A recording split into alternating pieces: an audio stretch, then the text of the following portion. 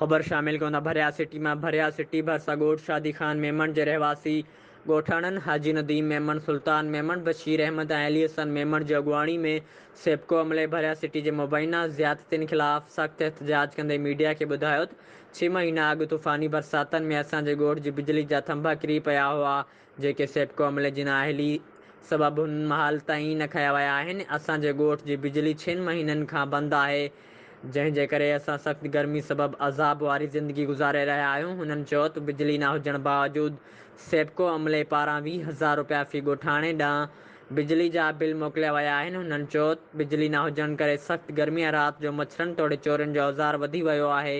हिन वधीक चयो त बार बार दरख़्वास्त ॾियण जे सेप्को अमलो बिजली लॻाइण लाइ रिश्वत तलब करे रहियो आहे।